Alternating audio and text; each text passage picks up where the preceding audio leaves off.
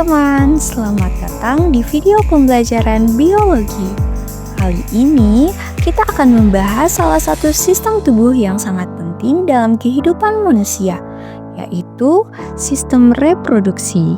Sebelum itu, terlebih dahulu kita harus mengetahui capaian pembelajaran, tujuan pembelajaran, dan indikator ketercapaian tujuan pembelajaran dari materi ini. Yuk, simak baik-baik ya.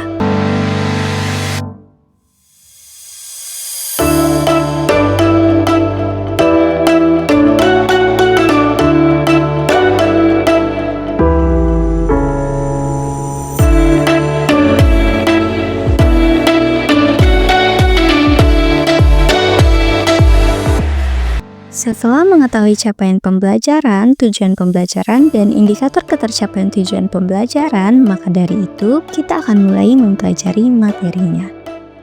Tahukah kamu bagaimana manusia melakukan reproduksi? Reproduksi pada manusia hanya terjadi secara generatif dengan pembuahan secara internal. Sebagaimana kita ketahui, manusia terdiri atas laki-laki dan perempuan, yang masing-masing memiliki organ reproduksi dengan struktur yang spesifik. Perlu diketahui bahwa reproduksi pada manusia juga berperan dalam menurunkan materi genetik dari satu generasi ke generasi berikutnya. Sistem reproduksi pada laki-laki dan perempuan memiliki sistem kerja yang berbeda satu sama lain. Masing-masing memiliki fungsi yang berbeda dan keunikannya sendiri secara genetik. Nah, berikut adalah organ-organ penyusun sistem reproduksi laki-laki dan perempuan. Yang pertama, struktur dan fungsi organ reproduksi laki-laki. Organ reproduksi laki-laki terdiri atas organ genitalia luar atau eksterna dan organ genitalia dalam atau interna. Organ genitalia eksterna ini terdiri atas penis dan skrotum atau kantong zakar. Organ genitalia interna terdiri atas testis, saluran reproduksi, dan kelenjar kelamin. Organ reproduksi luar yang pertama adalah penis. Penis berfungsi untuk memasukkan sperma ke dalam vagina. Ujung distal penis membesar disebut glans. Di dalam penis juga terdapat corpus cavernosa dan corpus spongiosum. Organ reproduksi luar kedua adalah skrotum. Skrotum merupakan kantong kulit yang melindungi testis. Skrotum juga memiliki otot dartos dan kremaster yang ototnya dapat beradaptasi mengatur temperatur testis ketika panas atau dingin. Jadi, skrotum berfungsi untuk melindungi testis, menjaga suhu testis agar sesuai dengan kebutuhan perkembangan sperma. Berikutnya, organ reproduksi dalam yaitu yang pertama adalah testis. Laki-laki memiliki spasem testis. Testis berfungsi untuk memproduksi sperma melalui proses spermatogenesis. Testis ditutupi oleh lapisan padat dari jaringan fibrosa putih yang disebut tunika albugina dan juga terdapat gulungan tubulus seminiferus di dalam testis. Bagian inilah yang menghasilkan spermatogenesis. Organ reproduksi dalam selanjutnya adalah saluran kelamin. Yang pertama, epididymis. Epididymis berfungsi sebagai tempat pematangan sperma dan menyimpan sperma serta mendorong sperma ke arah uretra selama ejakulasi melalui kontraksi otot polos. Selanjutnya, saluran deferens yang berfungsi menyimpan sperma sampai beberapa bulan dan mendorong sperma ke arah uretra selama ejakulasi. Lalu, saluran ejakulasi berfungsi mendorong sperma ke dalam saluran uretra. Terakhir adalah uretra yang merupakan ujung saluran dari sistem reproduksi laki-laki yang berfungsi sebagai saluran sperma dan urin. Dan organ reproduksi dalam yang terakhir adalah kelenjar kelamin. Kelenjar kelamin berfungsi untuk menambahkan cairan-cairan kelamin sehingga berguna untuk mempertahankan hidup dan gerak sperma. Kelenjar-kelenjar tambahan antara lain ada kantong sperma atau seminal vesicle, berfungsi mensekresikan cairan kental yang bersifat alkalis dan kaya akan fruktosa. Kelenjar prostat menghasilkan cairan alkalis untuk menetralisasi asam dalam uretra dan vagina. Kelenjar bulburetral merupakan kelenjar tambahan lainnya, berfungsi menghasilkan lendir dan zat yang bersifat untuk menetralisasi urin. Kedua, struktur dan fungsi organ reproduksi perempuan.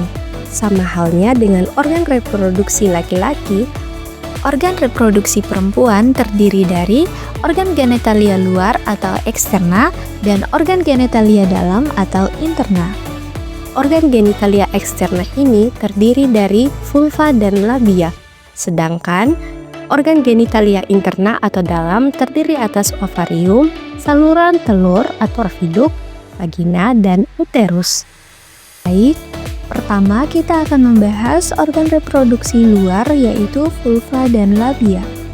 Vulva merupakan celah paling luar dari organ reproduksi perempuan. Pada bagian vulva terdapat saluran reproduksi atau vagina dan saluran urin. Pada daerah dekat saluran kelamin terdapat himen atau selaput darah. Himen banyak mengandung pembuluh darah.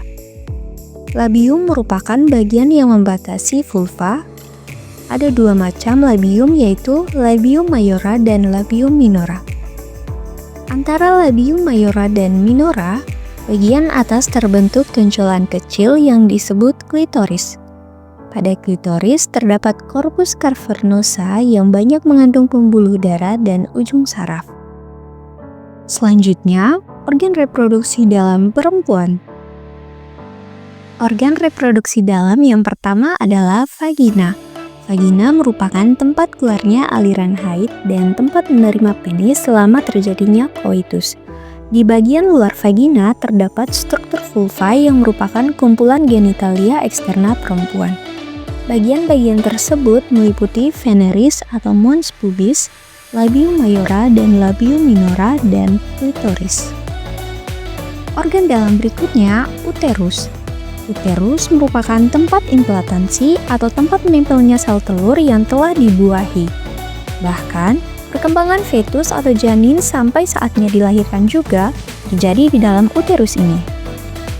Secara anatomi, uterus dapat dibedakan menjadi 3 bagian yaitu fundus yang merupakan bagian yang paling atas, lalu ada badan yang merupakan bagian utama dari uterus, dan serviks yang merupakan bagian paling bawah yang langsung berhubungan dengan vagina.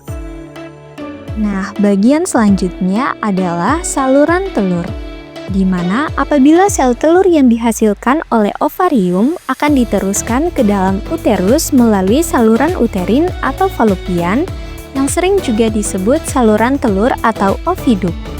Di bagian ujung distal terdapat bagian berbentuk corong yang disebut infundibulum. Pada saluran telur ini terdapat bagian yang paling lebar dan paling panjang disebut ampula, sedangkan bagian yang sempit, pendek, dan berdinding rapat yang bersatu dengan uterus disebut isthmus. Saluran telur atau oviduk ini berfungsi sebagai tempat terjadinya pembuahan atau fertilisasi. Dan organ reproduksi dalam yang terakhir adalah ovarium. Ovarium terdiri dari ovarium kanan dan kiri. Ovarium ini berfungsi sebagai tempat penghasil sel telur.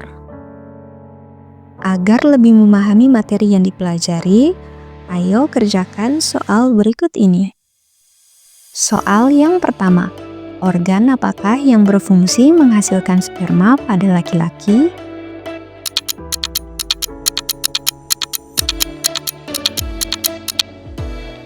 Soal nomor 2, manakah organ reproduksi perempuan yang menjadi tempat terjadinya pembuahan?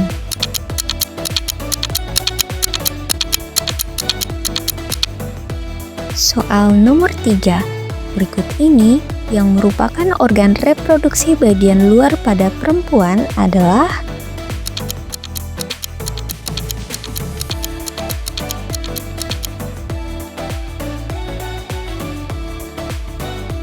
Baik, dapat kita simpulkan apa yang telah dipelajari pada materi ini, yaitu kita telah mempelajari bahwa sistem reproduksi laki-laki dan perempuan terdiri dari organ luar dan organ dalam yang memiliki struktur serta fungsi yang berbeda. Ini adalah catatan untuk sistem reproduksi laki-laki dan perempuan. Sekian video pembelajaran kali ini, dan nantikan video pembelajaran berikutnya. Sampai jumpa.